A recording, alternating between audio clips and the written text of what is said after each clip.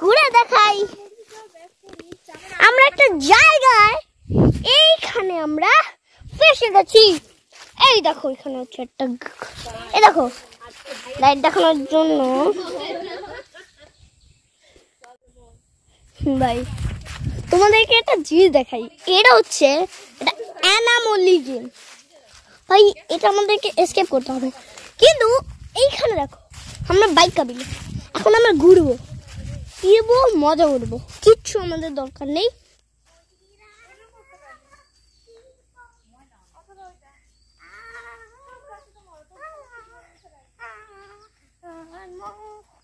ভুলাই রে